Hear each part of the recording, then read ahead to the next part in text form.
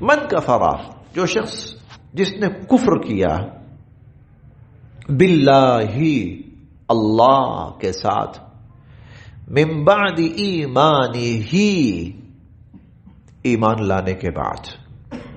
جس شخص نے ایمان لانے کے بعد کفر کا ارتکاب کیا، کفر کو اختیار کیا، کفر کو اپنایا، الا سوائے من اس شخص کے اکرہا جسے مجبور کر دیا گیا، سوائے اس کے جس کو مجبور کر دیا گیا، وقلبہ اور اس کا دل مطمئن تھا، جمع ہوا تھا بالایمان ایمان پر، اس کو چھوڑ کر جسے مجبور کیا گیا اور مجبوراً اسے کلمہ کفر کہنا پڑا، لیکن اس کا دل ایمان پر قائم تھا، اس کو چھوڑ کر جس نے ایمان لانے کے بعد کفر کا ارتکاب کیا، ولیکن اور لیکن من شرح جس نے صراحتاً بالکفر کفر کو اپنایا،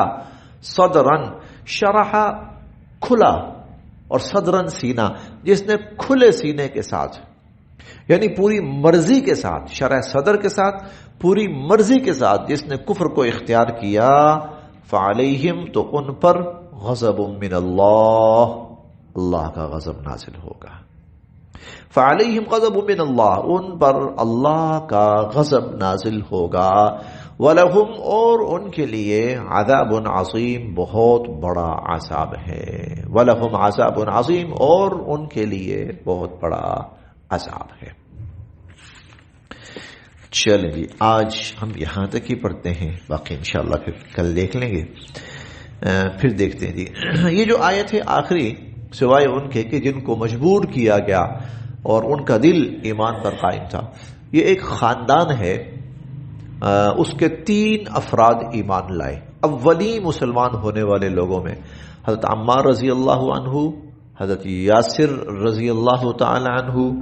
اور ان کی اہلیہ حضرت سمیہ رضی اللہ تعالی عنہا۔ چونکہ ابھی مکہ میں کفر کا غلبہ تھا اور یہ کفر کے زیر تسلط تھے، اس وقت یہ ایمان لے آئے۔ تو جو حضرت یاسر اور حضرت سمیہ تھے، انہوں نے تو اعلانیہ اپنا ایمان کا اظہار کیا اور کسی بھی قسم کے وہ کفر کی بات ماننے سے انکار کر دیا، چنانچہ ان دونوں کو شہید کر دیا گیا، بڑی بے دردی کے ساتھ شہید کیا گیا۔ اسلام میں شہید ہونے والے یہ اولی میاں بیوی تھے۔ البتہ حضرت عمار رضی اللہ تعالی عنہ جو تھے تو وہ کچھ ایسی ملتی جلتی بات کہہ گئے کہ جس سے کفار یہ سمجھے کہ نہیں یہ اسلام پر نہیں ہے، یہ تو ہمارا ساتھی ہے۔ بعد میں یہ حاضر ہوئے حضور علیہ الصلوۃ والسلام کی خدمت میں اور یہ بات کہی کہ اللہ کے نبی، میں تو بہت پریشان ہوں، میں تو ایسی بات کہہ بیٹھا ہوں۔ آپ نے فرمایا جب تم یہ بات کہہ رہے تھے تو تمہارے دل کی کیفیت کیا تھی؟ میں ایمان پر تھا، تو مجبوراً مجھے زبان سے کہنا پڑا۔ آپ نے فرمایا پھر تمہارے لیے خیر ہی خیر ہے، تم ایمان پر ہو اور وہ کہا گیا کلمہ کفر تمہارے ایمان کو کوئی نقصان نہیں پہنچاتا، کیونکہ مجبوری پر جان بچانے کے لیے تم نے وہ کلمہ کہا۔ تو اس پر اللہ رب العزت کی طرف سے یہ آیت نازل ہوئی کہ من کفر باللہ من بعد ایمانہ، اپنے ایمان